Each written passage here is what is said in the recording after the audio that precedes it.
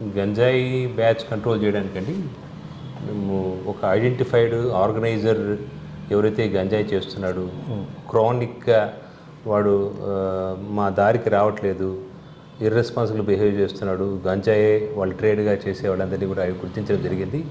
వాళ్ళందరి మీద కూడా పిట్ అండ్ ఎన్డీపీఎస్ యాక్ట్ అని ఒక ప్రివెంటివ్ డిటెన్షన్ కింద వాళ్ళని కస్టడీలో తీసుకోవడము, వాళ్ళు 1 ఇయర్తో పాటు 1 ఇయర్ డిటెన్షన్ సెంటర్కి పంపించేసేయడం చేస్తున్నామండి. అలాగే ఈ గాంజాయి యూజర్స్ ఎవరైతే ఉన్నారో వాళ్ళని ఐడెంటిఫై చేసి వాళ్ళని రీహాబిలిటేషన్ కూడా పంపిస్తున్నామండి. ఈ గాంజా బ్యాచ్ మీద ఫుల్లీ అండర్ కంట్రోల్గా ఈగల్ సంస్థ, ఈగల్ అనే ఒక ఎక్స్క్లూజివ్ మా నోడల్ ఏజెన్సీ ఉంది, వాళ్ళతో పాటు ఇన్పుట్స్ తీసుకొని మా ఓన్ ఇంటెలిజెన్స్తో పాటు గాంజాయి మాత్రం ఫుల్గా మేము పూర్తి నిఘాలో ఉన్నామండి. ఎటువంటి సేలు గాంజాయి సేల్ చేసినా సేవించినా కూడా వాటి రోజుల మీద కఠినమైన చర్య తీసుకుంటాం. అలాగే సార్, 1-2-3 సార్లు వరుసగా దొరికితే అలాంటి వాళ్ళ మీద పీడీ యాక్టులు పెట్టే అవకాశాలు ఉంటాయి. రౌడీ షీటర్ కావచ్చు, ఇటు గంజాయి అమ్మేవాళ్ళు.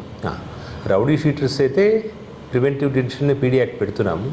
అలాగే గాంజాయి వాళ్ళ మీద పిట్ ఎన్డీపీఎస్ యాక్ట్ పెట్టి అదొక most powerful section of law. అది కూడా డిటెన్షన్. పీడీ యాక్ట్ ఎలాగైతే ప్రివెంటివ్ యాక్షన్ తీసుకుంటామో గంజాయి వాళ్ళ మీద పిట్ ఎన్డీపీఎస్ యాక్ట్ కింద పెట్టి వాళ్ళ మీద చర్య తీసుకుంటాం.